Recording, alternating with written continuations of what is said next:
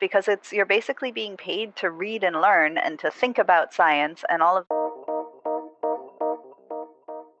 So if you think of, what we usually say is something like, nature tries to quite get there. You can get some causality with it, but the questions that are being asked or what is being shown to be causal is not sufficient. And I think that there's a lot more that could be done there. It's an area that I'd like to champion. Read a lot, and don't just rely on AI. Read a lot and develop critical thinking skills.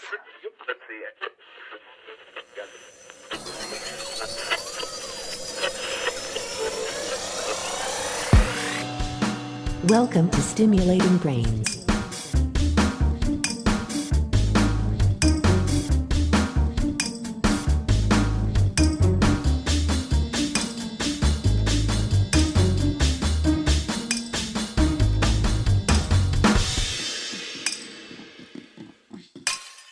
Hello and welcome to Stimulating Brains. Today I'm honored to speak with Mary Elizabeth Sutherland, who is a deputy editor at Nature and whose areas of responsibility include cognitive neuroscience and a broad range of behavioural and social sciences. If you're working with clinical or human neuroscientific data in the field of brain stimulation and choose to submit to Nature, chances are high that Mary Elizabeth will handle your work. Before moving into scientific publishing, she studied at Cornell, completed her PhD at McGill, and did postdoctoral work in Santiago, Chile. Her own research background includes auditory cognitive neuroscience and music cognition. I'm especially looking forward to talking with her about what the job of a Nature editor actually looks like, how editorial decisions are made in a journal with limited space and broad ambition, how human studies are evaluated in that setting, and where scientific publishing may be heading next. Thank you so much for tuning in, Stimulating Brains.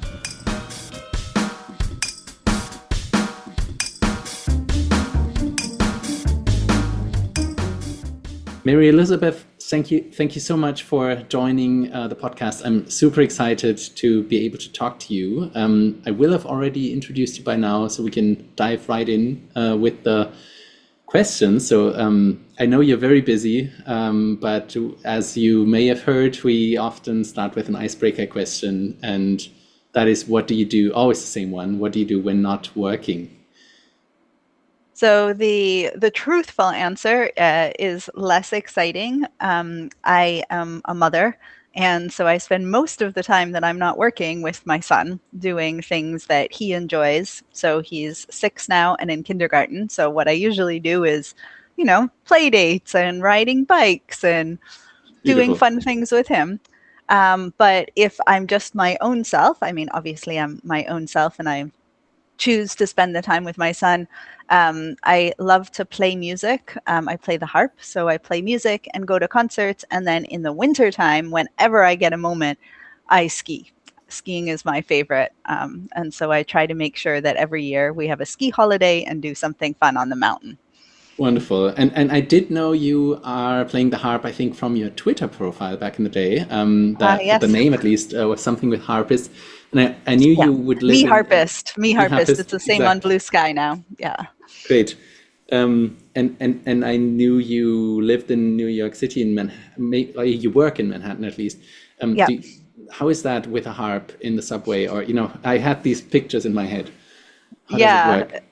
Right. So the harp doesn't go in the subway. The harp is quite big. It is taller than me and it's quite heavy. So what I would do when I was living in Manhattan is actually get an Uber, like an Uber XL, to help with the harp. So you come down and you get a big car and you hope that the seats go down. And if they don't, you pay the cancellation fee. So basically you need a big car where the seats go flat in the back. And now that I moved to the suburbs, when you live in a place where you can have a car, you buy a car that can fit a harp, and that's always the first consideration in. So it does leave the house. It's not always in the house. The harp does leave the house, exactly. So a harp is like sometimes we call it a naked piano, but it has the downside of not everywhere has a harp, right? When you play piano, you usually go and there's a piano there that you can use. Mm-hmm. When you play harp, you bring your harp. to rehearsal Fantastic. and to the concerts. What was the, and I can relate, I don't get to do any music since I have kids, but what was the last gig or a fun thing you played at? Good question. So, I mean, I still, when I can, I still play with amateur orchestras who need a harpist. Um, but I usually don't get to go to all the rehearsals because it's just too much of a time commitment. Yeah, And then I have another mum friend in town who plays cello, so I've tried to meet up with her to do some duets. And I think that that's kind of my future, is more having somebody over and playing with them here and not moving great. the harp, which is Makes much sense. easier. All right, let's go to your work. How did you move from your own academic training into becoming an editor at Nature, or even an editor in general? How did you decide that? I think I was very lucky. So when I was a PhD and a postdoc, I didn't know about an editorial career. I mean, I had published a few papers. Never, my work was never remotely close to good enough to getting in Nature. So, I had never even tried for that. And I didn't realize, I think, that there were full-time editorial positions, because at Nature, we've all stepped out of academia and actually do this as a full-time job. Yeah. And I got a job actually as a professor. And that first day I walked into the office and sat down at my desk and said, what have I done? I don't want this job, and I'd been sort of following the trajectory, not without thinking, but sort of thinking that was the path. Yeah. And it was when I got that and I sat down and I said, I really don't want that. And the timing, though, worked out because it was close to an OHBM. So I went to OHBM a couple of weeks later. And I mean it literally weeks, right? This is Yeah. not, I accomplished nothing as a professor besides realizing I shouldn't be one. I went there, and Jean Zarate who had been in my PhD lab, was a locum editor at Nature Neuroscience. And she told me about the job. And I said, that's the job I want. Great. Um, and it's because you're basically being paid to read and learn and to think about science. And all of the parts that I didn't like about the research part was the doing of the research. And here was Yeah. a job that took out the doing part of the research. And so I said, wow, how can I get that job? And she said, you're in luck. They just opened a position at Nature Communications. And I said, okay. And I left the conference and I went home, to the hotel, and I applied. And then the rest, as they say, is history, right? Great. About Okay. 10 years ago, I started at Nature Communications, and then I went through to Nature Human Behavior and then to Nature. Wow. Okay. Fantastic. Maybe a little bit step back. What did you do in your research, and were there any key mentors or turning points? Maybe first in your academic life, but then also maybe at Nature. So in my academic life, I was in auditory cognitive neuroscience. So I worked in my PhD with Robert Satori at the M&I in McGill. And that was truly lovely. He had such a great lab because he brought together people. We're just speaking of music. Everybody in his lab played music because we were looking at the brain through the lens of music. So it was a really fun group. Everybody would have gigs, we would have different performances to go to. We would get together and play. Robert himself he plays organ. So it was just really fun to have a lot of music and neuroscience. And it was just a really good, fun time. Wonderful. Yeah, so I don't know. I mean, in that case, yes, because I think that having that training just taught me how fun science can be and what great people scientists are. So it was really lovely. Yeah, and I think he played a big role just in my love of science, developing that love and that curiosity Yeah. for science and all sorts of fun things. And then as an editor, I have to say I've been quite lucky. My first, I guess she was called a team manager at that time. She was the person who managed the neuroscience team at Nature Communications, Erica Pastrana. She was really good at having me understand what editors do and the potential of the role. But I think my key mentor was really Stavroula Kusta, the chief editor of Nature Human Behavior. She has such a vision and such drive, and I feel like I got a second PhD as an editor on her team, because my background is in auditory cognitive neuroscience, right? And Yeah. at Nature Communications, I was really handling more cognitive neuroscience, and at Nature Human Behavior, I broadened a lot, and I feel like I got a second PhD in the behavioral sciences from Stavroula. Wow, wonderful. Okay. Are there any parts of your scientific training that turned out to be useful in the editorial work? Or which Oh, ones are the ones that definitely. are, Yeah. yeah. I mean, the way of looking at problems is the same. So when you see a question, right? How do you answer that question in the best possible way? I mean, I feel like that was something that I learned in the PhD. Not that I always got it right, but right, you have a question. What makes it a good question? How do you know that this question is a good and interesting question? Yeah. Because there's lots of questions that we can Yes. ask. They're not all very good and interesting, right? It's like Yeah. something being unknown. Sometimes there's a reason it's unknown. It doesn't really matter. So this You might, idea of how to distill what's a good and important question to answer, and to understand the methods, a broad range of methods, well enough to understand which are the tools that I should be using to answer it, right? That critical thinking and the evaluation of how strong is the evidence. I remember Robert always using the term hand wavy. It was too hand wavy. yeah. Right? And this is it hand wavy, or do you actually have a compelling argument? So I think that those were the skills that I learned in my PhD that then were good for applying to being an editor, because that's really how we read papers. Interesting. Great. It's literally a quote of something my main mentor, Mike Fox, once said is really that for him makes a good scientist to pick the right thing from the many things they could work on, right? So I think that's really the, like, identifying the one problem you should be working on, because time is always limited and resources are limited. So why work? Yeah, and it's not easy to know which one are the real, like, the most impactful problems. So super interesting Exactly. to hear that from you too.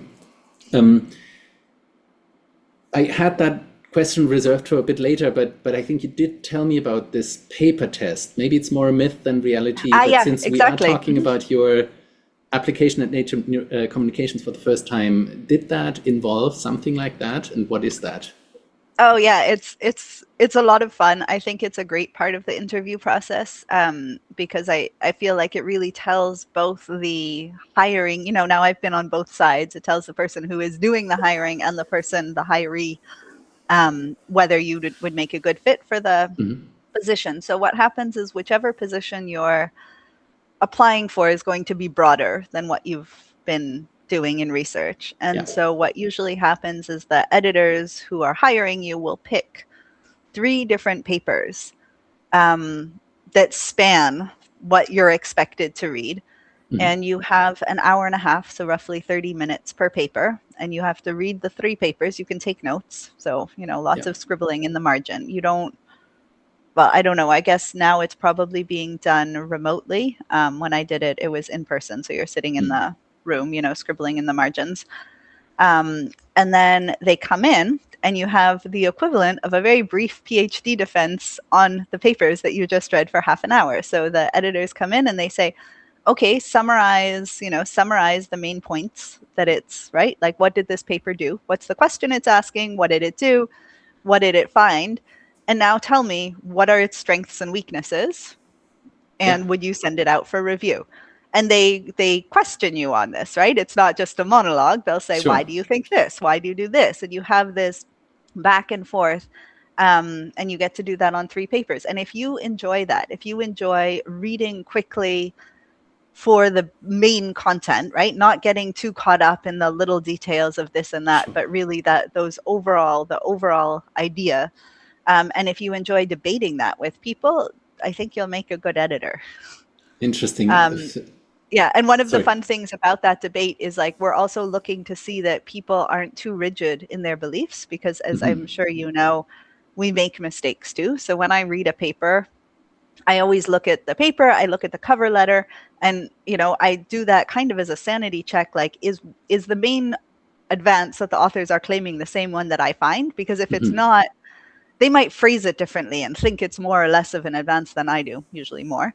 But Sure. if I don't find that same advance, then I've probably made a mistake somewhere in my reading, and I'll go back, right? If I didn't get it. But we make mistakes. And so it's important to be open to having made a mistake and misunderstanding something. Okay, interesting. Do they deliberately pick one bad paper as well, or is it always good papers that they? You want to pick a paper. So when you pick these papers, you want to pick papers that you can have good debates about. So it's Sure. hard if you take a really bad paper, it's hard to have a good debate about it, because if Yeah. you just say, the methods don't answer the question because they're not getting at the same thing at Yeah, all, yeah, yeah. then you can't really have a good conversation. So I would say it's always papers that can have stimulate a good discussion, that you can Yeah. see pros and cons, right? Sounds good. When people, you did just say before, that's what we as editors actually do. And I think when people imagine a nature editor, they may picture someone making yes or no decisions on, spectacular papers all the time.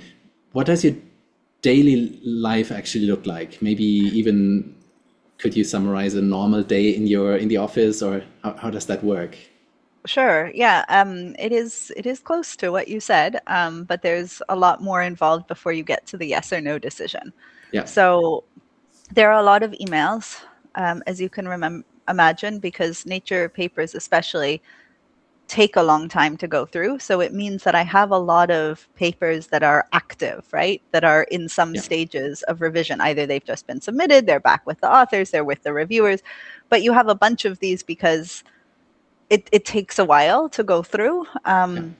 Right? So there's a lot of pending things. So there's a lot of emails about existing work, right?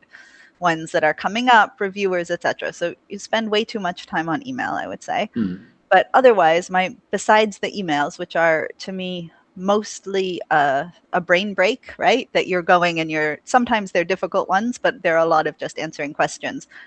What you do is the manuscripts come in, and they come into our system. So when you submit online, they come into an awaiting editor assignment folder. Yeah. So I'm a deputy editor, which means I've got a little team. So I go into that awaiting editor assignment, and I go through and I look basically at titles and abstracts to assign to the team members who have the appropriate expertise, right? Because you want somebody who knows that community and has a background in it. So we go through and we assign. And this isn't always perfect. If somebody's out, somebody else has to get the paper.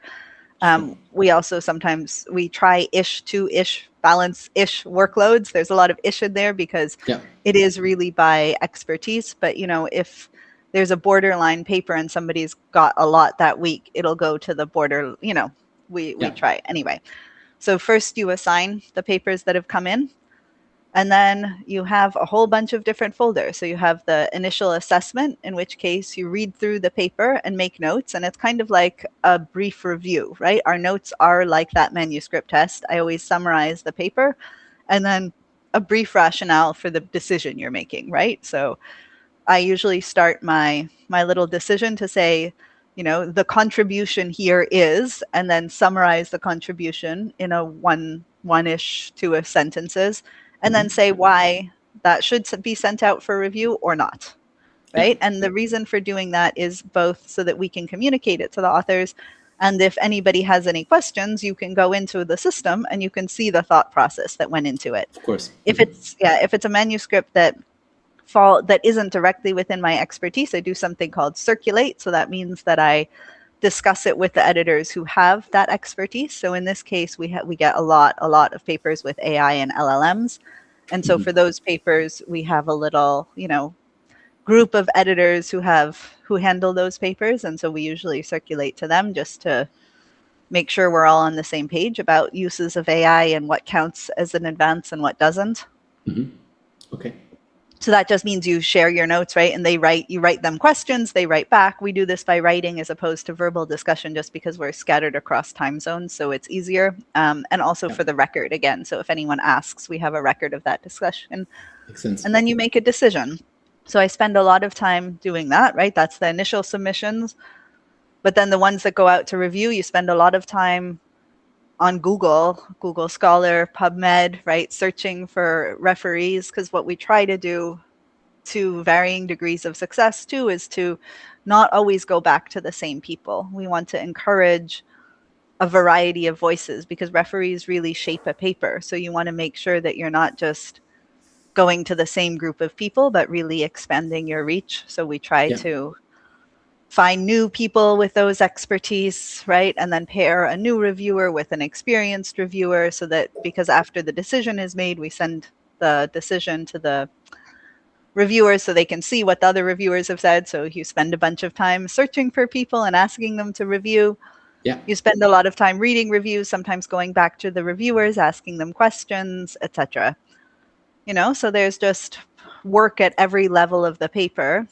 And the majority of the day is doing that, right? Jumping between fresh submissions, reviewers, post-review decisions, formatting stuff for when you get closer to accept. Yeah. Yeah. And then we get to go to conferences and do outreach as well, but that's less of the day-to-day, right? That's more Fantastic. you go and you say, okay, let's come see your lab and talk to them. Yeah. When you send it out to a reviewer, do they often do the majority click accept because it's nature? I did some editorial work at Human Brain Mapping, and it was very hard to convince people to click accept these days. But I assume it's easier I think that we are to lucky get. because it's nature, and Yeah. a lot of the papers we get are just really good. Yeah. But there are also just some difficult ones. And I have to say, the ones that I have the most trouble with, we get some really great large scale studies where it's like all the people in the field, it seems to me at least, have come together to work together on something. And those ones are really tough because it's like, it's very hard to find the people who are not part of it have been asked and declined, and then they think they have a conflict, and I'm like, you do, but who else is left? Yeah. Makes sense. So Okay. true. But those ones, right? So there's a lot of difficulty finding reviewers for these larger projects. Yeah. And it's just hard too, because we are asking for a lot of time, Sure. and people are busy. So yeah. Makes sense.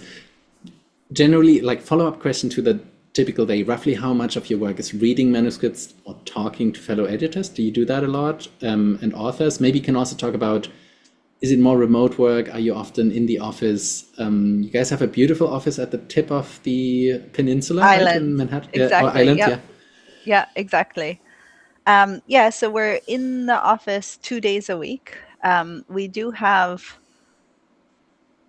I would say that the majority of it is still reading papers, because that's really what we have to do, right? For Yeah. you to get any decision or the paper to get published, we need to read a paper and discuss it at some point. So papers Yeah. never go through to accept without having been discussed.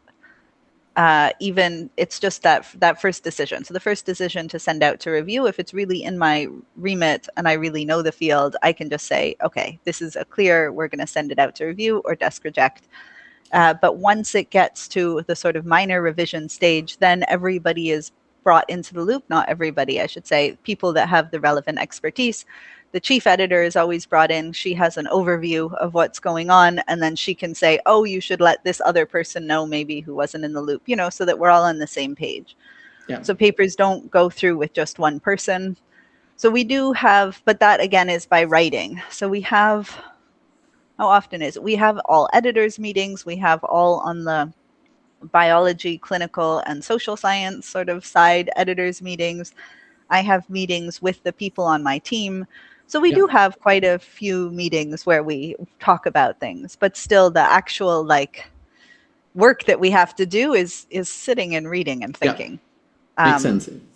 Yeah, so we do both. And the thing is, our teams are spread out, because the idea is that we should be able to do outreach and have be in personal touch with different communities. So we have editors kind of across the world. The main hubs right now are New York, London, Berlin, and Shanghai. But they're expanding those hubs to different ones as well. But because of that, our meetings are all remote. So even I have people on my team in New York, of course, but when we have those meetings, we just go sit in a room and everybody's head is very big on the big screen. Okay. Yeah. Right? Makes sense. But we are together, but the others are still in their geographic locations. Yeah. Makes sense. So I think when we met back in Montreal, you did mention something like, since you are one of at the time, at least two people that handle more the human neuroscience work, and the other one was more genetics focused. If I remember correctly, you kind of said you it's almost as if you run your kind of mini journal within Nature and have this team, right, that works with you. How big is the team, and how many other people are maybe handling similar papers than you at Nature? That is a very good question. The team size, I feel, is often in flux because people leave and people come. So I can't actually tell you how big the team is. I would have to go to our website and actually count. My like back of the envelope calculation is that in this sort of biology, clinical, social science side where I sit, there's maybe 25-ish and maybe 15 on the physical science team, but don't take that as hard and fast. So that would mean maybe 40 of us. I'm not really sure, though. I would have to go in and check. In terms of who handles similar work, it's funny because that also changes. So that conversation we had, right, that was the other editor you're mentioning, Michelle Trenkman, does the genetic stuff. So whenever, right, if you're doing work in neurogenetics, it would come to, depending on where the focus is, me or her, probably her if it's more genetics.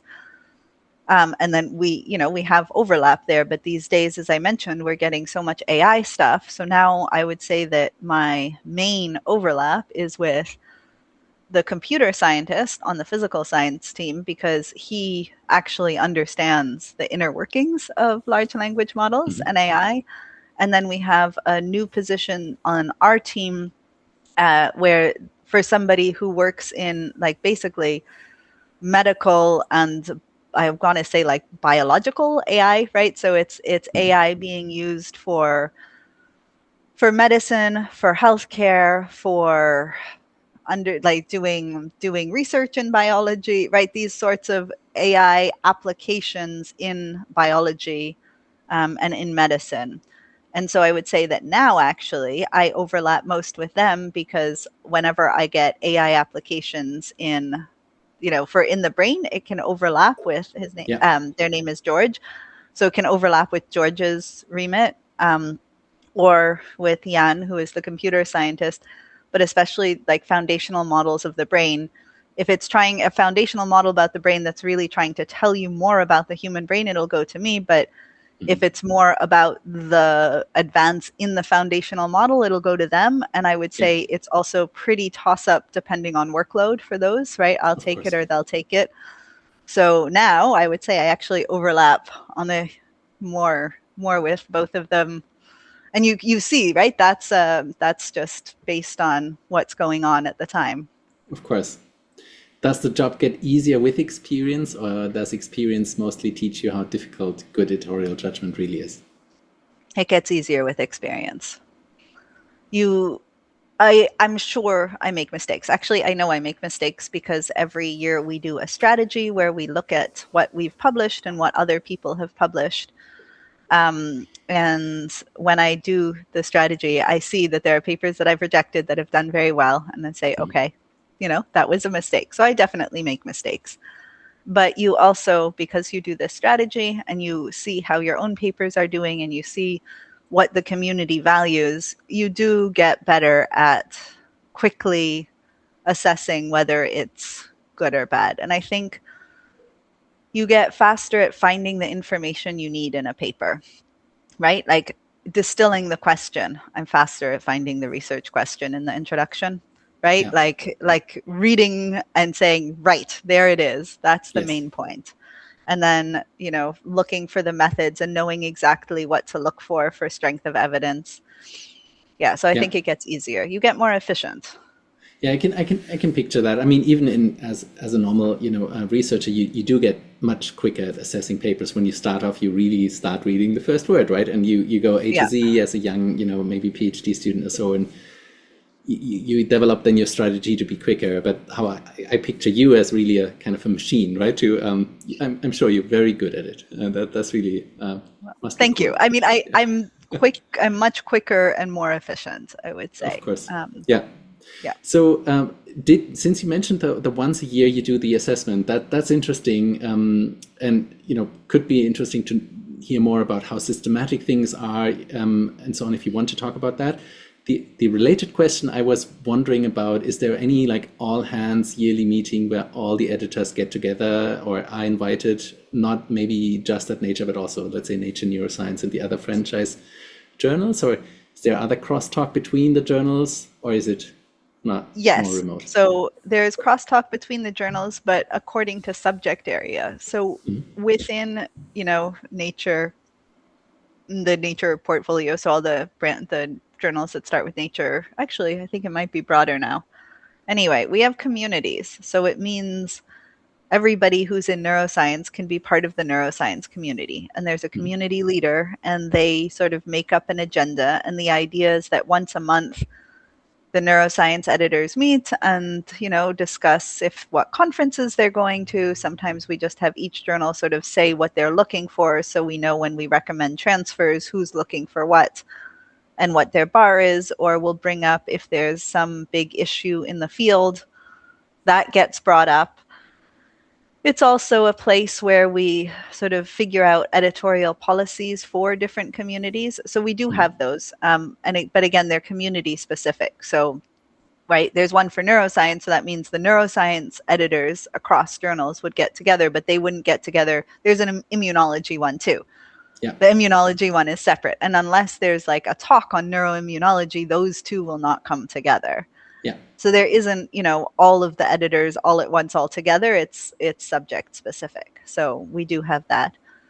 And then in terms of our strategy meeting, that is an interesting question because we keep discussing this. I mean, it's like anything else. You get out what you put in. And the thing is, we have people who really like it and people who don't like it so much. And we still do it every year. But people do it in a different way because essentially what you have is you have a bunch of publication data, right?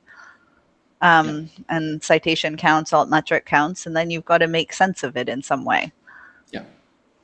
And the main questions are usually, how are we doing in these areas? Are there areas that we're missing, right, that we're not capturing, that are doing really well, that the community is interested in? Are there people we're missing? Right? We just want to, it's a bit of a benchmark. Great. Yeah. And I like it. It's an interesting overview. It's interesting to take the time.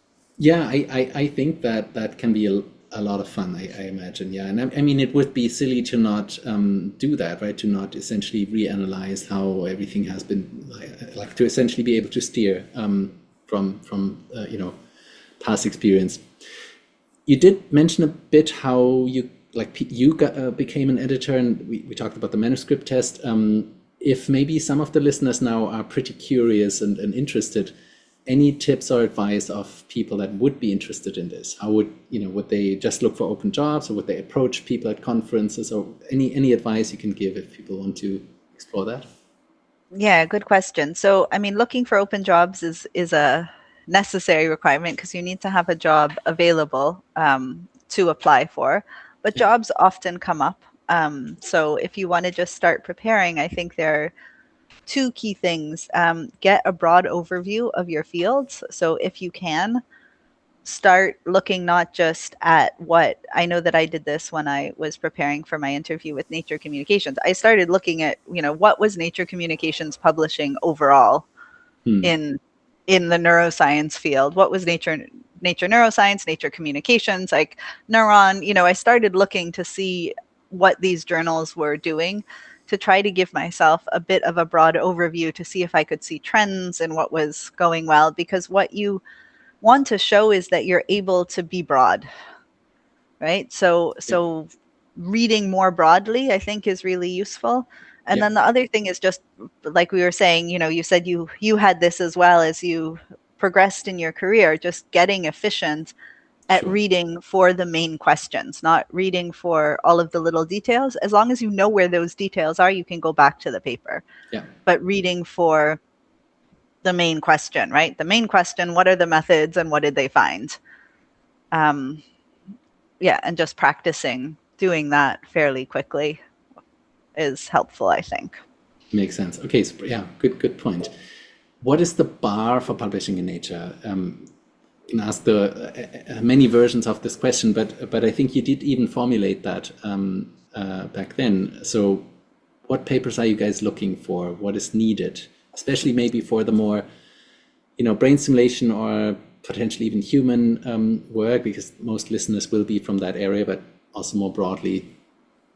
Yeah. So, I mean, our main question, the first question is the scope of the question. So how broadly, how many people are going to care about your Yeah. paper, essentially, right? So is it just going to be the people who go to this, to these special conferences that are exactly on this topic, or is it going to be something that's of broader interest? So if you think of, what we usually say is something like, Nature tries to publish the neuroscience that the physicists care about. I don't know if that's really Mm. realistic.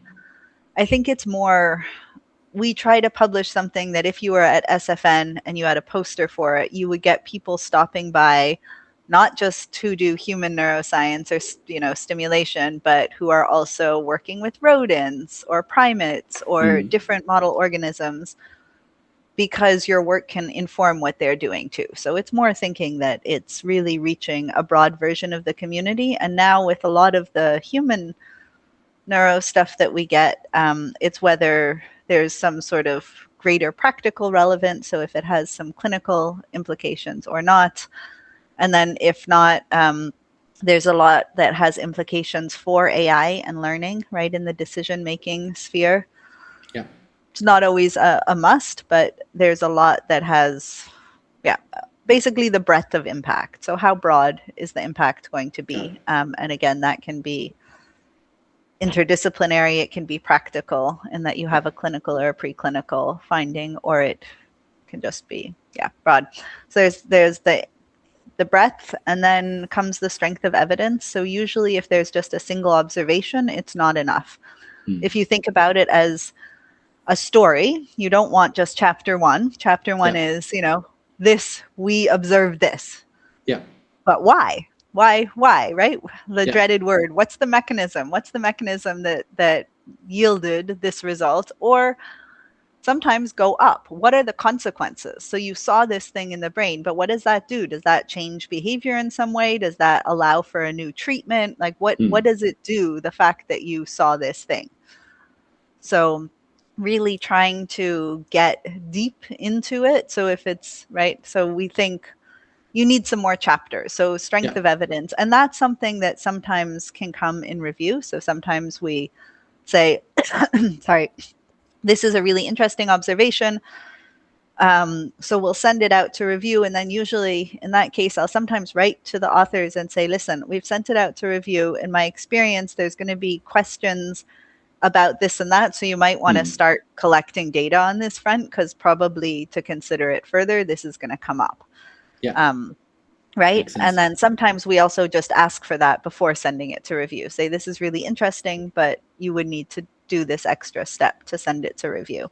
So there's the strength of evidence, right? How much of the story do you tell? And those are really the main things that we look for. And it's not, it does change in a way. If you think of during COVID times, what we were publishing that had to do with COVID, it had to be the best possible evidence for that time. So Yeah. there were some things that we published that were just needed then. Was it, the strongest and the best that it could be? No, but Of it course. was what we needed at that moment. And I feel the same thing is true a bit with LLMs and AI. There's some things where you just it needs to be strong, yes. Yeah. But if it's a really important demonstration that is well done, then Yeah. it goes through. And then there are some things that are in fields that are, let's say, memory. I think human memory, there's a lot of work in the memory sphere. So that it changes, right, based on what topic you're doing, the bar, what is considered broad, what is considered so much of an advance, because it has to Yeah. do with what the field has already done. And what we generally try to do is represent the different important fields that we cover, or subfields, I should say, Yeah. right? So just because AI is hot, it doesn't mean we want to just publish AI, Yeah. right? You want to publish across everything and just pick those papers that really represent great work in that particular subdiscipline. Makes a lot of sense. Coming or thinking a bit more from also the clinical perspective, I sometimes picture it, and correct me if this is wrong or true, that if you would publish on, let's say, a rarer disease, it's much harder to get into Nature just because the disease is rare. But now if you maybe cure it, all of a sudden it could be possible, right? But if you maybe publish more on a very broad disorder, such as, I don't know, Alzheimer's, depression, these things, maybe you don't need a cure. Does that make sense? Like this kind of breadth versus specificity, or sort of, I think it depends on the question. So if you're asking a broad question that can only be answered by a rare disease because this rare disease can tell you something that we don't get in a broader disease, then it's more as a model. Yes, right? Yeah, okay. So it's less, I would say it's less about let's say the disease that you're in or the thing that you're in, but more about the question that you're asking of it. So if you're asking a question that is relevant only to the people in that rare disease, yes, it's going to be harder because by definition, your group is smaller. Yes. But I don't think it's because of the disease. I think it's like, what are the questions that you are asking of it? Because if this can be the case study to answer, right? This is like the method or the system to answer this question because it has these particular characteristics, then that's great. And that can only be that rare disease. Yeah, makes sense. When a paper is rejected without review, what are the most frequent reasons for that in your experience? So usually it's advance. So usually it's advance over the existing work. Not enough advance. Okay. Correct. Yeah. Okay. Interesting. I think you did mention, that you, of course, try to look at every single submission, but there are also some candidates where you've already heard quite often that they submit almost every month a new manuscript. Is there something to that you also get sometimes a bit of pseudoscience even, or maybe, submissions from people that thought they solved consciousness by meditating or something in that direction? Yes, we get those. And those, those are usually, I mentioned this, so we really try to look at all of the papers, but for example, I told you how we assign papers, right? So if I am opening a paper and I read through it and I see that it's a very scantily referenced broad theory, I will probably reject it right away. Yeah. Right? Like instead of assigning it and making it like an all official, when I do that, you can tell that it is not a submission that we should be seriously considering. And so then I can just reject it without having read it in as much detail as the other papers. But I should be clear, to people that we do really look at all of the submissions. Of course. Yeah.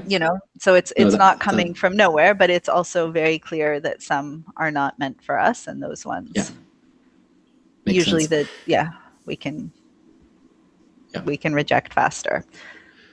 One interesting topic might be this, human work versus animal work or mixed work, right? So animal work, I mean, model organisms. Of course, in model organisms, we can do much more ethically. We are often much more mechanistic. We can use optogenetics and the sort. So the insights are by nature, very often much more mechanistic.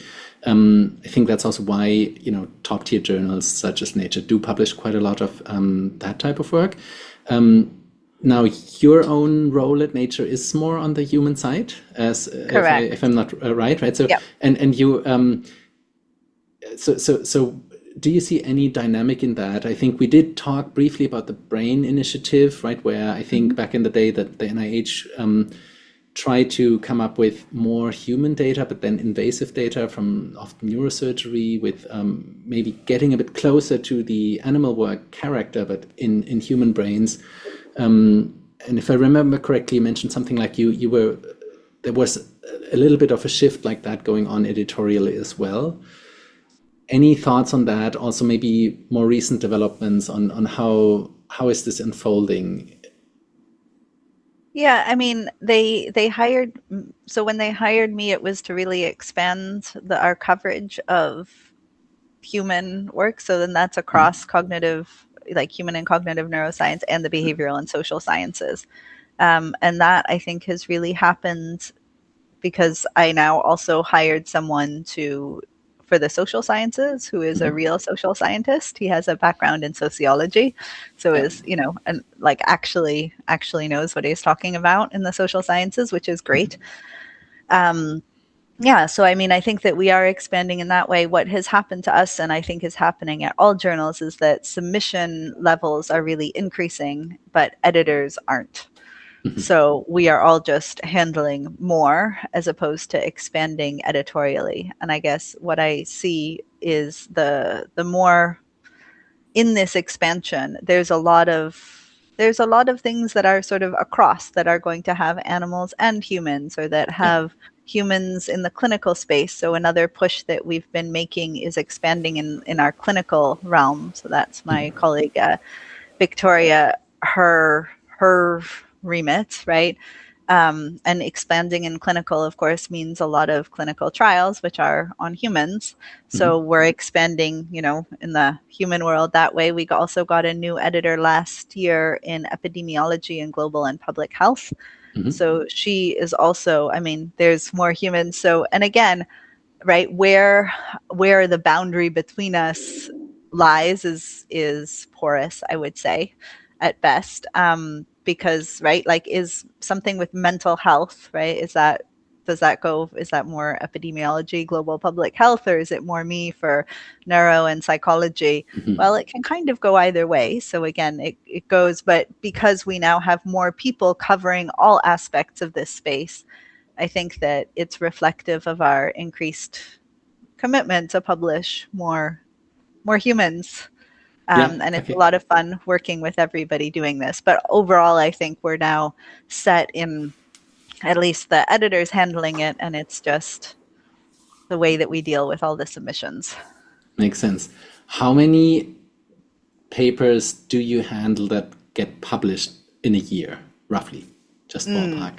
So I would say that I publish about two a month. So it comes out to something like 24 a Yeah. year, give or take. Yeah. So Nature is weekly, so that means on average it should be every other issue. Interesting. And then how many roughly do you get assigned in a month, or like your team by that? Like how many do you guys Oof, screen? a lot. A lot. A lot. Yeah. I am not, I get sometimes scared when I look at the overall numbers because it starts to seem too overwhelming. Or over 300 per week for a bit. Let me see what we're at. I'm not sure. I have to actually look at what it is, but it's a lot for, yeah. It often goes Makes up sense. to about 300 or around there Per week or per month? per week. Oh wow, that is a lot. Yeah. Wow. Right, per week, but then it's split. This is just for our team, so sorry, I should say that. Yeah, I'm just looking at our totals per week. So they're all in, some have gone above 300, others are in the high 200s, so it fluctuates around there, 270, 280, and that's just for the biology, social science, clinical sort of Yeah. science team. That's not including the physics side. And do you And think that's of just nature, right? yeah, Um, yeah, yeah, yeah. Yeah. Wow, it's really a lot. Do you think many of them, like a lion's share of that, could be kind of discarded pretty early? It's just obviously not a good fit, and then maybe the real good quality research is much less than that, or is it really much of that is actually good, decent science? so it depends on the field. So what I noticed when I started is in my fields, there was a lot more things that could easily be desk rejected, but the Hmm. more outreach that I've done and the more that I've let people know what it is that we consider and what our bar is, the more papers I get that are really good, just not quite good enough. Yeah, So I think that it depends on what field it is. And when the field is known and the journal is known, you're less likely to get just really bad stuff, and it's usually shades of gray. Yeah. Um, Yeah. right. And Interesting. So you do some outreach. We did meet at OHBM. I had the keynote. You actually did contact me. I was a bit surprised by that, right? Because it is like you would think you have tons of work already, and but you just mentioned that you do actually increase the work by doing that. yeah, exactly. So, if you think of what we do every day, I said we sit and we read and learn, but Yeah. that's passive. So, what you're getting are submissions from the people who know about you and think that you're worth submitting to, right? Hmm. Who want to submit to you. But Yeah. there's a lot of work that we could be getting that we aren't getting because people don't think that nature's interested, or people don't Hmm. realize that we're willing to fight for it, or they don't know what our bar is, so they keep submitting something that doesn't quite work. So Yeah. that's why we want to do outreach, because in an ideal world, we would get we would be able to really represent the fields, Yeah. which means, there's places that I see holes in my own coverage, that I'm trying to fill. And so to do That that, would you need actually to be come out my and tell people. makes sense. That would actually be my next question. Do you see gaps in the human neuroscience that you think are still undervalued? Maybe not just by nature, but by the broader publishing ecosystem. Oof, by the broader publishing ecosystem, that's a hard one. That one would have to come after strategy. No, Um, I mean, just and it could be just gut feelings, but topics where you think actually there's a lot of merit in this or impact in this, but they still publish rather maybe in the lower tier journals mainly, something that direction. yeah, I mean, as you know, one of the things that I'm still trying to work with is the stimulation. We don't publish much neurostimulation, because I think there's a lot of it that's either very medical, or there's a lot of it that feels like it thinks it's better, like it doesn't quite get there. You can get some causality with it, but the Mm, questions that are being asked, or what is being shown to be causal, is not sufficient. And I think that there's a lot more that could be done there. It's an area that I'd like to champion. And then I think if it's, if yeah, only there was a podcast on that topic, I that would be know, right? excellent. I know, But but stimulating but grades. but talking about this, is there clear advice, since you brought it up, about what should people think about when even considering nature? What does it have to have for you? So, I mean, it's really, when we're looking, especially stimulation studies, I feel like the main advance is usually the causality that you can get out of it. Yeah. And so the question is, why do you need to have this causal evidence for this particular thing? And Mm, usually that answer is a clinical answer. So usually you need to have it because there's an actual application, right? If you have loads of correlative studies showing just a basic function, and then you have causal studies in non-human whatevers, right? So any mm, non-human model, and then you show it causally in a human, it doesn't have the same impact, because it's nobody thought that it wasn't causal in the human. You've just sort of added that extra thing. But if there's something that, one, it's not sure that it's causal in human, right? It's because sometimes treatments work and sometimes they don't. And so you don't know, yeah. is it actually doing it? And then you can provide strong causal evidence. That is an important, yeah, that Got it. type of thing is important. And I assume it could Um, also be causal evidence for non-clinical questions, such as, in an correct. SEEG study, you stimulate somewhere, you induce psychosis, something in that direction, right? Then you can reproduce that over and over again. Something in that direction could be interesting enough potentially if it's well done, if it's is that, yeah, Yep, you're nodding. definitely. Agreed. Okay. Hmm. Okay. Yep, I think so. I think so.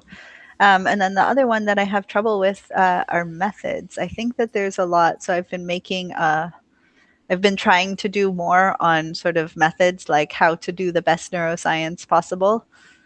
And that has been my other push, I think, because a lot of those tend to go to the more specialized journals, because they say, well, this is about, like this is about neuroimaging, essentially. Hmm. So why Yeah. should it be of broad interest? And I think my point is that thinking about these things, yes, this particular paper might be about it, but the overall questions that are being asked and the methods looking at how do we optimize the data that we're getting out of something, are of potential broad interest and have a lot of spillover, because if you see one community doing it in broad terms, you can think, what does this mean for my community as well? Yeah. Right? Like, how do we maximize what is the signal that we're looking for, and how do we maximize that signal, minimize the noise in an affordable way, right? Yeah. Something, or like, what are the methods that need, because usually those sorts of things are how to get the best data, what methods you need. Sure, it might be specific to the community, but the problem is not going to be unique to the community. The problems Yes. exist across various types of data. That So, makes sense. yeah. And I mean, journals such as Nature Methods have very high impact factors, right? So it just shows if methods have an impact, they will be cited a lot, and have a lot of impact by that. Exactly. Yeah. Okay. Yeah, but it's often hard because people often say this method is very specific, and I see the point, right? So Sure. reviewers, I mean, right? So trying to see what can work and what can be broad enough. Yeah. Do you sometimes preempt that a little bit when sending it out for review? Even kind of preparing reviewers for, we know this is maybe specific to X, but we see something in that direction. Yes. Okay. Yeah. So when we talked, I was super surprised. It makes a lot of sense, though, when thinking about it, that space is so limited, right? Maybe I shouldn't have been surprised, but you have a fixed amount of pages each edition, and it's weekly. And I think you even mentioned in the editorial meetings, you sometimes fight, quote unquote, on space, right? You essentially say, I need more space for this. Or maybe you should say that. Well, I think that one of my colleagues said that we're senators for our area, right? We go out and we represent our areas, our constituents, and what we want to do is we want to show the importance of the area and what it is that we can publish in those areas. So it's, as an overarching view of the journal, I guess the other analogy is maybe as a museum. You can't show all of the great artwork, but we are the sort of general in museums. So let's say in New York, we would be the Met. And that means that you need to have you want to basically be able to showcase different art from different periods, different styles. And so what we want to do is we want to make sure that we have room for all of those different styles, so that each person that can come, that comes, can find something for them. And there is a limited amount of space, as you noted. Yeah. So what we're doing is we're trying to make space for the areas that we want to showcase. And so that, it's not actually driven by citations. If it was, it's very clear what areas cite very highly. You could just have a specialized journal in that, right? Yeah. We're not trying to do that. We're trying to show that we are this broad interest journal. So we also are trying to give space to some of those fields. We want to make sure that we show that we cover ecology, right? That we cover the social sciences, that we cover, and so we go and we say, what is realistic for us to represent those fields, to sort of draw out some key papers to show, so that people understand that we are interested in and have a place for all of the field, right? For everybody. Or that's what we try for, at least. And yes, if you don't have an editor that comes and says, like, this is important, we need to publish here, it can get overlooked because, as you say, space is limited, and we all love our fields and want to publish in them. And so it's just making sure that we're able to publish across the range does take somebody coming in and saying, this is what we do. And it's not equally distributed, I should say, as well, right? Of course. There are areas that have more and areas that have less. And is it like, do you actually have a fixed amount of pages space for your area, or is that, is it more like once papers are accepted, they might have to wait a bit longer, or how does that work? So we have targets. So every editor has a target for what they're supposed to publish each year. We do actually have an amount of papers we have to publish. So you have to make this number. And we have, if you go over that number, basically they get pushed to January. they get pushed, the acceptances I get see. pushed to the next year. So So it there could is happen the that case you're, that sometimes we fill up because it's hard, I mean, you get these targets, but you know how it is. Sometimes revisions go fast, sometimes they go slow, yeah, and that's not actually in anybody's control because you might, some equipment might just stop of working course. and you have to wait, or somebody gets sick, or who knows, but things change. Reviewers might get sick or not be able to re-review or not, Yeah, take yeah, their yeah. time or not. I mean, there's a lot of variables, so it's hard to really control this, but yeah, So if you we do have if you, a number. if you should ever need one, to get to your quota, call me. No problem.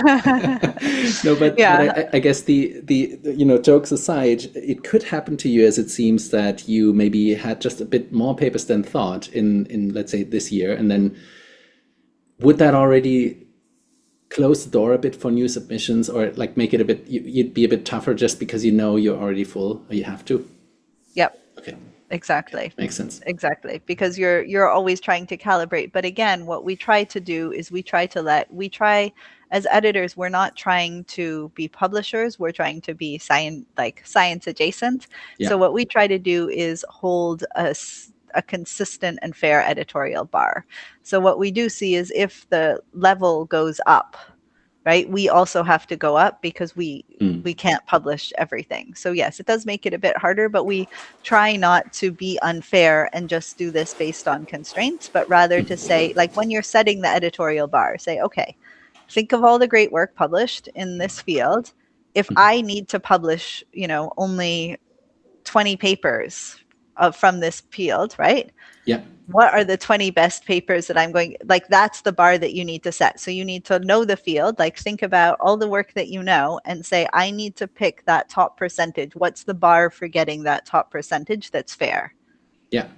Right? That's sort of how you do it. And then you try to do that. And if you publish a little more, you say, oh, that means that my bar was probably a bit wrong because I'm not getting, those top ones, I'm getting more. So I need to change it a little bit. Got it. But we try to be guided more on that than exact number of papers. Sure. And Yes. in the yearly review, could it happen that people realize, your papers went particularly well, so you get a few more pages or a higher We'll, target? Or yeah, so we do make that argument, right? That sometimes there are just areas that clearly need more growth because they're doing very well. That yes, we do get to make that argument, and it is helpful to have data. So what's helpful is showing that your papers are doing really well, and also that the papers you're rejecting are doing really well.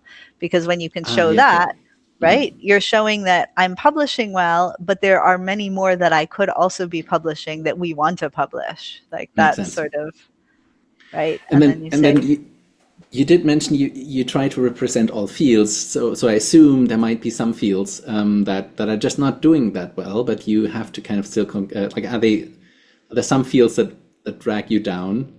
It reminds me of, I heard talks about this in the medical system in the US, especially, that, for example, psychiatry is just not making a lot of money, but hospitals need a psychiatry unit.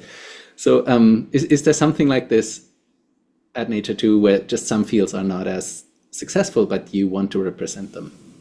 yes, for sure. I mean, you see also in terms of when citations come through. I mean, if you look at things that cite, right, the cancer things, the clinical things, AI cites like crazy, right? If you look at some of the social sciences don't cite that high, but we're still publishing them because without the social sciences, if you don't understand people and the people who are doing the science and the people who are implementing the science, then what do you have? So yes, we do have, I mean, different fields cite differently, and we do try to represent all and just pick those that are really broadly important, Yeah. even if they cite less. And also it depends on one of the people on my team does, paleontology, archaeology, and those, he says, right, they do really well in terms of altmetrics, but the amount of time that research takes, the citations don't grow in the way that we do strategy and that impact factor is calculated. Hmm. They grow slowly because somebody like is going out and digging up a fossil, Yeah, right? And of course. then, right, so it's just the different paces of research Yeah, also really impact those types of metrics, mm. right?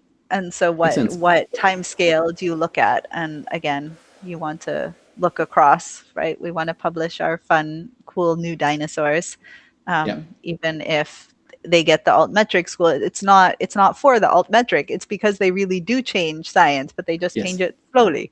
Yes, yes, yes, makes sense.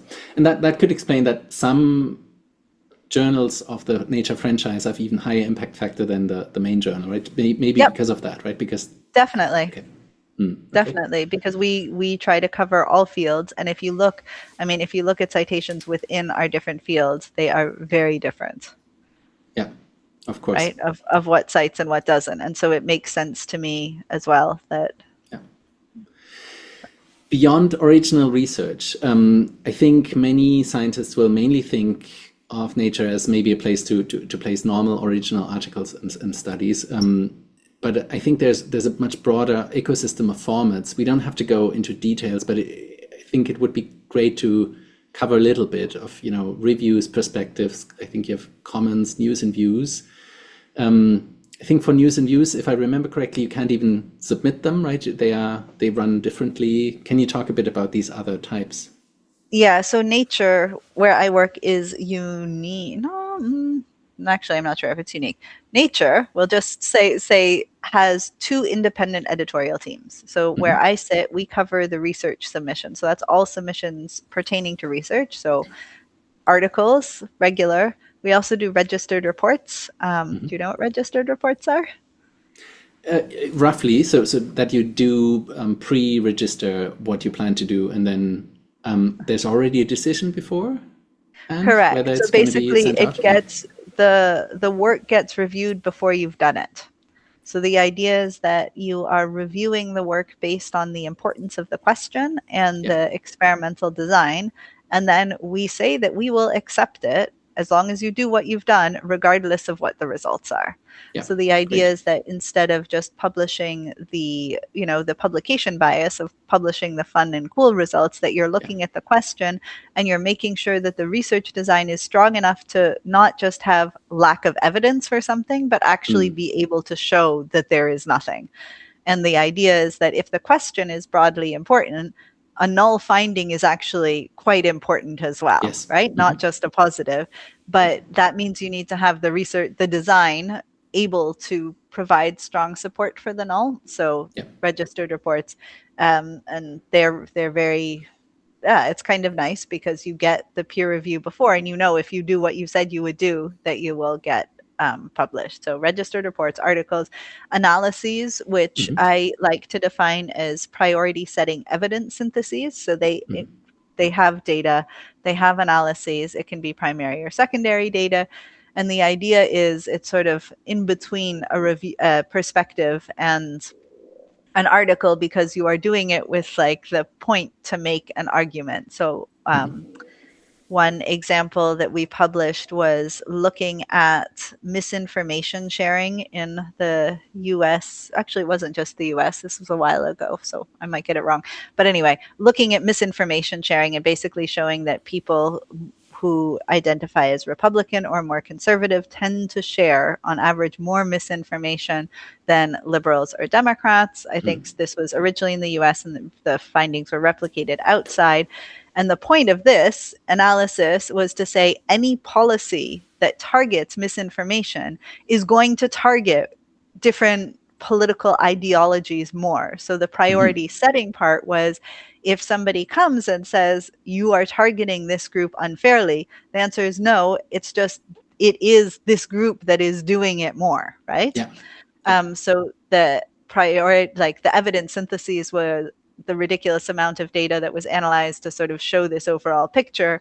And then the priority setting was the argument of why this is important, especially if there are policies on misinformation, that they are not misunderstood to be falsely targeting one group, that it's just these are the data. So if you target this thing, you will end up targeting this group more. Yeah.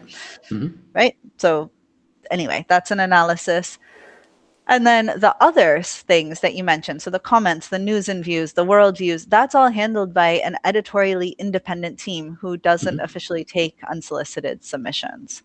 Okay. So those are, they work in a totally different way. They don't have a submission system. They do their own thing. If you publish there, is it still peer reviewed though? So not so I kind of actually, yeah, they work totally different. They get Yep. informal feedback often on their work, but I can't even say, because we are actually editorially independent. Makes sense. They do them and we do us. So the Got things it. that you can submit to them are correspondences. Sounds good. Okay. I previously also had on the podcast Charles Jennings, who is the founding editor-in-chief of Nature Neuroscience, not with Nature anymore, but also did work at the main journal before that. And I was kind of surprised to hear that Nature Neuroscience was the first spin-off journal that Nature ever had. Today, the family is enormous and has grown. How do you see that evolution? Is it fun to be able to kind of talk more with other people from other journals where you can also send articles, or any thoughts on that evolution?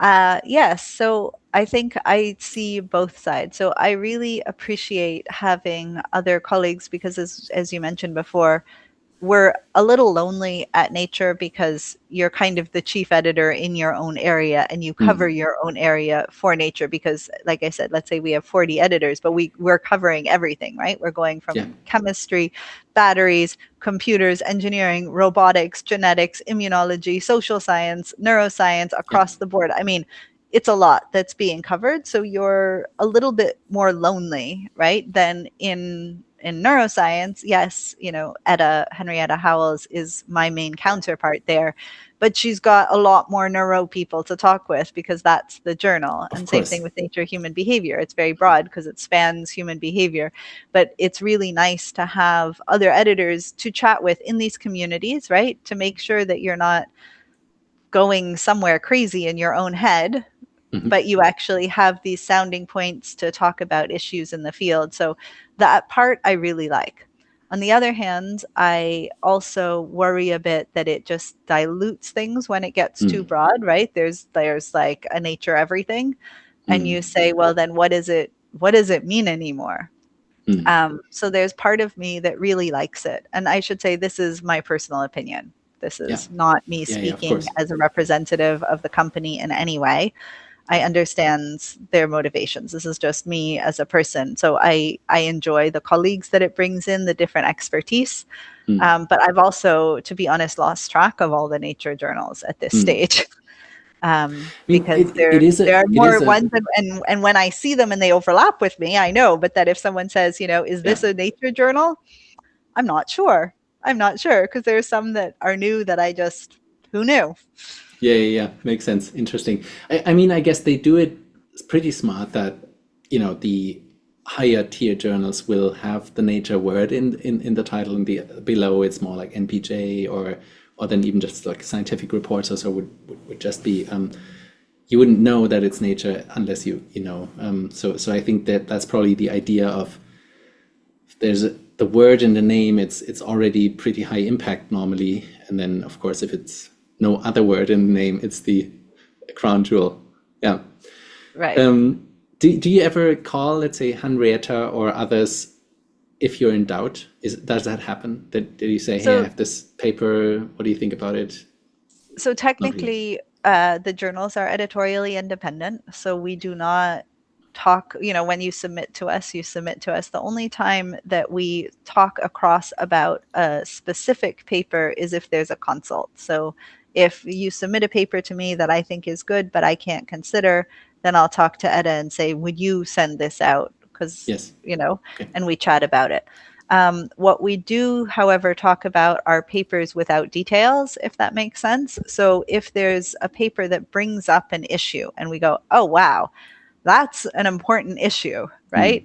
But you can't talk about that paper per se. And you want to know, is that issue really true? So you say, Yeah, hey, I've got this paper that brought up this issue. Are you experiencing this issue too? So we can sort of yeah, soundboard those sorts of things, but we of do course. try to keep it independent. And that's really to give people a fair shot and not to bias. We all know that we're suggestible and biased, and the idea is that you're getting somebody else's opinion. If it's not something that let's say we see in a poor light, that we don't make someone else see it that way by giving those suggestions. Super, super interesting. I want to be mindful of your time. We already took a lot of your time, and I know you're busy. We typically close with some rapid fire questions. So Okay. you don't have to answer quickly. You can also talk longer, but you can also just give a brief answer if you want. What was a true eureka moment in your career? When I decided I shouldn't be a professor.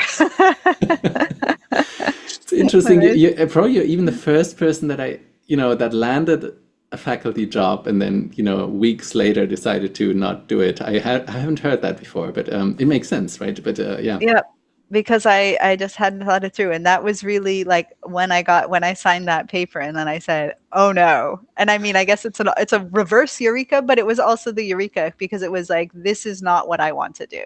yeah. Um, and then it was very clear what things I did want to do. So I think that was it. Did you ever have a personal eureka when handling a paper, like when you read something that you always wanted to understand, and then there it was in front of you? Oh, I have that. I have that all the time. Okay. Those ones are all the time. There are so many good questions and good research that goes on. So, yeah, that one I would say I have a Yeah. lot of the time. It's amazing. Did you ever make a bad decision or a waste of time, that taught you something important where you afterwards thought I shouldn't have done that, but still helped? Yes, for sure. There are definitely times where I've really wanted to champion a paper that I know has flaws, but I really I think that there's something, and I want Mhm. it to go through, and I just waste everybody's time with it, right? Reviewers get annoyed, Mhm. I get annoyed, authors get annoyed, and it doesn't end up going through in the end. So I think learning when to let go is Yeah, the point, right? That right. just because I liked something and the authors want it to work, it might not work. And Yeah, just let go when that's not going to work. Stop trying. yeah. Next question would have been, is there anything like a most favorite paper that you ever handled? But I know you're a professional, so you probably don't want to pick one, but are there some that you just particularly liked? Some examples? So I'm a mom. I love all my babies. Right? Great. I like all of my papers, and I like them for various different reasons. Like each Yeah. one of them has something that I find very special. And that crosses, one thing that we didn't speak so much about are reviews and perspectives, which we play a much larger role in. And there's Mhm. some of those that I've published that I feel like are just really great and really good for the community. But then same with primary research, there's some things that I feel that I've really been able to help and shape that are very good. And so it's hard for me to pick. Yeah, I mean, to be honest, just wonder, like every paper I've published, I could tell you why I think it's an important paper. makes And sense. so then it's hard for me to just say this one, I can say Yeah, what's yeah, the yeah. most recent one or whatever, but there's a reason. And by the way, none of them are perfect either. All of them have flaws, and I can tell you Of about the course. flaws too. I think that they're still great. We didn't I get to that, but do you ever write like an editorial or so? Do you do that too? We do. So we write editorials with, again, I told you that the magazine half is Mhm. editorially independent. So we have an editor who is in charge of editorials. And what we often do is pitch him ideas. And Okay. then either he drafts them or he has someone draft them. And then we comment on them, or we draft them and then he comments on it. And essentially, editorials are the voice of nature. So Yeah. they're always, whenever you might pitch an idea and work on that editorial a lot, but in the end it's circulated to everybody, right? Yeah. People on the magazine team, people on the back, everybody, to read and to comment on before it goes out. So the idea is that it's voice of the journal. But for example, just recently, April 1st, I think, April 1st and April 2nd, I had a special issue on replication and reproducibility in the social and behavioral sciences, which was really fun. It was based on 4 primary research papers. And so the editorial for that is something that I worked very closely on. But, in the end, it's the voice of the journal. So you do, when you have these special projects, when you have a special issue, then you get to have a comment. So I've done comments, but again, they're not me per se, because So I'm it's just not signed contributing. by, your name is not in there. Okay. No, because it's the voice of the journal, because Makes sense. it goes to this representing. So each of us propose different topics, and you can tell what field they represent, right? Of course, the main editor in charge of these does a lot as well. We also propose, and then we all work together to sort of say, this is where we stand on this issue. Got it. And these special issues, are they on top of the weekly? Like, is it really a different? No, I think special issue is really the way that we call it. So this special issue on replication, basically what it means is that the cover is on replication and reproducibility in the social and behavioral sciences.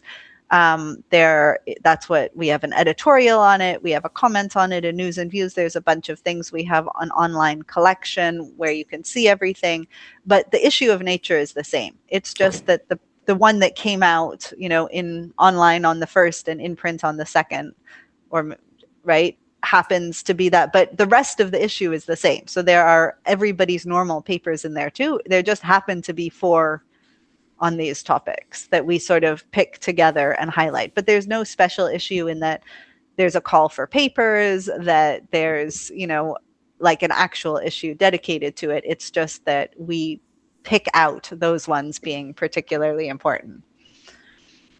Got it. What advice would you give young researchers entering neuroscience or academia today? Read a lot. And don't just rely on AI. Read a lot and develop critical thinking skills. Okay, I love it. What does the future of scientific publishing look like? That's a really good question. I am an optimist at heart, so I think it could be very cool. I'm hoping that we can use AI tools to really improve the reproducibility and robustness of science, and that a paper will end up being not just a paper, but a resource of all of the information. And the paper is kind of the synthesis for, the data and the analyses that have been done. And that it's not like this journal, but it's more a repository where the paper is the tip of the iceberg, this nice synthesis, and then it's data and analyses that can be used to further knowledge. But who knows? I'm not in charge of that. Of course, but that's like more like a full package. And I think it's going more in that direction already, that people deposit things into repositories and all that, right? But I know what you mean. It's more like a bundled publication then, maybe, yeah. Yeah. Great. Yeah. What is a missed opportunity for the field at large? So something we should be doing but are not doing enough. Oof, that's a hard one. That's a very hard question to answer. I don't know. I mean, my general feeling, to be honest, is just be a little bit, I think that people just need to be reminded to be kinder sometimes. Even if there's always issues in work, and I think it's very good to critique them, because we need to see where mistakes have been made in order to move forward 100%.